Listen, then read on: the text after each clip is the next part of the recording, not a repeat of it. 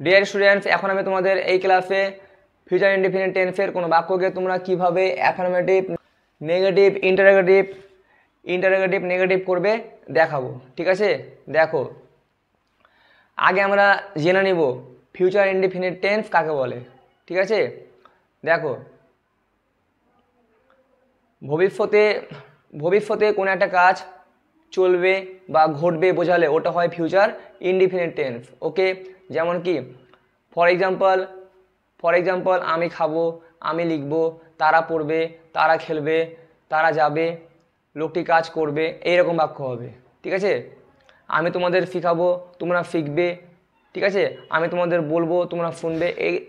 এগুলো হচ্ছে future indefinite tense. ওকে, indefinite টেন্সের এই যে এই স্ট্রাকচারটা আমি এখানে দিলাম, তোমরা এটাকে ভালোভাবে মনে রাখবে। এখানে কি লেখা আছে? সাবজেক্ট, তাই না? তারপর কি লেখা আছে?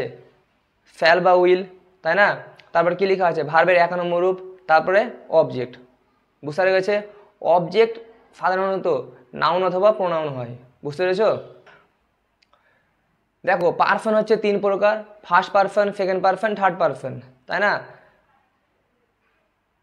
ফার্স্ট পারসনে আই উই, সেকেন্ড পারসনে ইউ, আর থার্ড পারসনে আই উই ইউ। এই 3টা ওয়ার্ড বাদে যা আছে সবই থার্ড পারসন। বুঝতে পেরেছো? দেখো তোমরা মনে রাখবে আই বা উই এই দুটো ওয়ার্ডের পরে শ্যাল হবে, বাকি যে ওয়ার্ডগুলো রয়েছে ওগুলোর পরে অলওয়েজ উইল হবে, শ্যাল হবে না।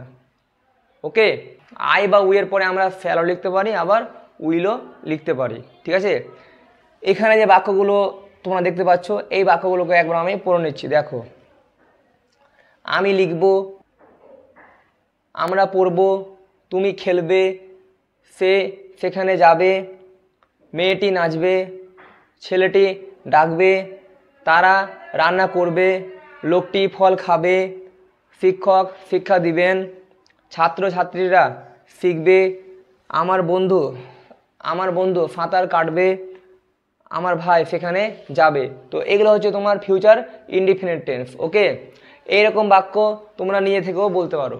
ঠিক আছে, তোমাদেরকে আমি শিখিয়েছি বাক্য গঠন করতে গেলে আমাদের 3টা জিনিসের প্রয়োজন হয়। কি কি প্রয়োজন হয়? সাবজেক্ট, ভার্ব এবং অবজেক্ট। ঠিক আছে, আমাদেরকে এই 3টা জিনিসের সাহায্যে বাক্য গঠন করতে হবে। ঠিক আছে, আবার সাবজেক্ট এবং ভার্ব দিয়েও বাক্য গঠন করা যায়। বুঝতে পেরেছ? এখন আমি তোমাদের এই বাক্যগুলোকে নেগেটিভ, নেগেটিভ করে দেখাবো। ঠিক আছে, তোমরা এই ক্লাসগুলোর উপর বেশি মন দিবে। ঠিক আছে, এগুলো হচ্ছে বেসিক ক্লাস। তোমরা যদি এগুলো না জানো তোমরা ইংলিশে কথা বলতে পারবে না। তোমাদেরকে ইংলিশে কথা বলতে গেলে এই সমস্ত বাক্যগুলো জানতে হবে। ঠিক আছে, এর আগের ক্লাসগুলোতে প্রেজেন্টের 4টা ভাগ, present indefinite, present continuous, present perfect continuous, past indefinite, past continuous, past perfect continuous এগুলো রয়েছে। এই টেন্সের বাক্যগুলোকে কিভাবে নেগেটিভ, ইন্টারোগেটিভ নেগেটিভ করতে হয় দেখিয়েছি। তোমরা যারা ওটা দেখোনি দেখে নেবে, তাহলে তোমরা খুব সহজভাবে ইংলিশে কথা বলতে পারবে। ঠিক আছে, দেখো আমি লিখবো, আই শ্যাল রাইট, আমি লিখবো না, I shall not right. Future indefinite টেন্সের কোনো বাক্যকে অ্যাফার্মেটিভ থেকে নেগেটিভ করতে গেলে শ্যাল বা উইলের পরে নট লিখতে হবে, তাহলে নেগেটিভ হয়ে যাবে। বুঝা গেল? আমি লিখবো না, আই শ্যাল নট রাইট। আবার ইন্টারোগেটিভ একই রকমভাবে ফিউচার ইনডিফিনিট টেন্সের কোনো বাক্যকে অ্যাফার্মেটিভ থেকে ইন্টারোগেটিভ করতে গেলে শ্যাল বা উইলগুলো সাবজেক্টের আগে হয়ে যাবে। বুঝতে পেরেছ? ওকে, কি আমি কি লিখবো? Shall I right. বুঝতে পেরেছ? আবার এরপরে উইলও হবে, উইল আই রাইট। বুঝতে পেরেছ? আবার দেখো ফিউচার ইনডিফিনিট টেন্সের কোনো বাক্যকে অ্যাফার্মেটিভ থেকে ইন্টারোগেটিভ নেগেটিভ করতে গেলে সাবজেক্টের আগে হয়ে যাবে শ্যাল বা উইল, তারপর হবে সাবজেক্ট, তারপর হবে নট। যদি সাবজেক্টটা প্রোনাউন থাকে, নাউন থাকলে কি হবে? উইল নটগুলো সাবজেক্টের আগে হয়ে যাবে, তারপরে সাবজেক্ট হবে। বুঝেছো? যদি সাবজেক্টটা প্রোনাউন থাকে, প্রোনাউনের আগে হবে শ্যাল বা উইল, প্রোনাউনের পরে হবে নট। যদি সাবজেক্টটা নাউন থাকে তাহলে কি হবে? নাউনের আগে হয়ে যাবে উইল নট, তারপর হবে নাউন, তারপর হবে সেটা বসে যাবে। বুঝতে পেরেছো? দেখো তাহলে দেখো আমরা পড়বো, উই শ্যাল রিড, আমরা পড়বো না, উই শ্যাল নট রিড। আমরা কি পড়বো? Shall we read.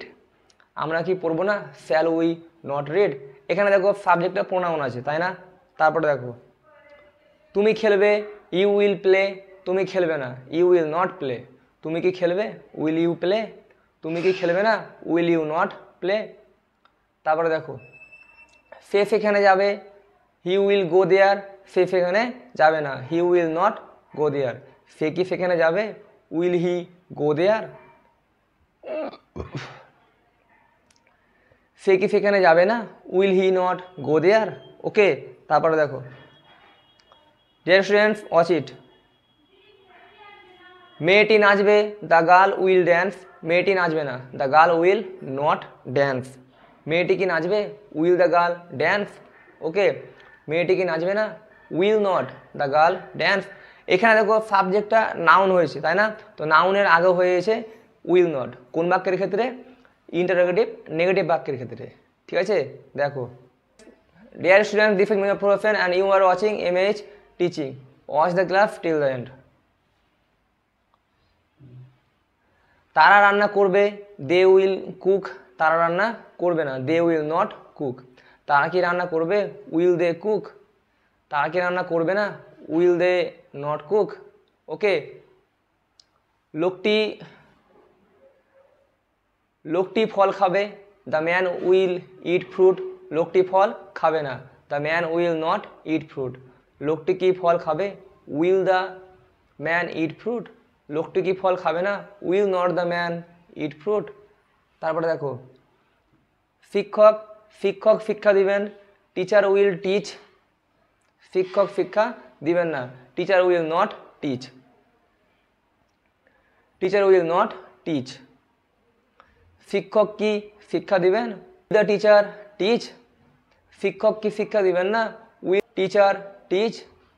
ওকে, তারপরে দেখো ছাত্রছাত্রীরা শিখবে, দ্য স্টুডেন্টস উইল লার্ন, ছাত্রছাত্রীরা শিখবে না, the students will not learn. দেখো আমি তোমাদেরকে যেটা বলছি বা শেখাচ্ছি ওটা হচ্ছে টিচ, তোমরা যেটা শিখছো ওটা হচ্ছে লার্ন, LEARN। ওকে, তারপরে দেখো ছাত্রছাত্রীরা কি শিখবে, উইল দ্য স্টুডেন্টস লার্ন, ছাত্রছাত্রীরা কি শিখবে না, will not the students learn. Okay, তারপরে দেখো আমার বন্ধু সাঁতার কাটবে, মাই ফ্রেন্ড উইল সুইম, আমার বন্ধু সাঁতার কাটবে না, my friend will not swim. আমার বন্ধু কি সাঁতার কাটবে, উইল মাই ফ্রেন্ড সুইম, আমার বন্ধু কি সাঁতার কাটবে না, will not my friend swim. Okay, তারপরে দেখো আমার ভাই সেখানে যাবে, মাই ব্রাদার উইল গো দেয়ার, আমার ভাই সেখানে যাবে না, my brother will not go there. আমার ভাই কি সেখানে যাবে, will my brother go there. আমার ভাই কি সেখানে যাবে না, উইল নট মাই ফ্রেন্ড গো দেয়ার। বুঝতে পেরেছো? তোমাদেরকে এভাবে কিন্তু ফিউচার ইনডিফিনিট টেন্সের যে কোনো বাক্যকে তোমরা নেগেটিভ ইন্টারোগেটিভ নেগেটিভ করবে। ঠিক আছে, এরপরে আমাদের টপিক হচ্ছে ফিউচার কন্টিনিউয়াস টেন্স। ওকে।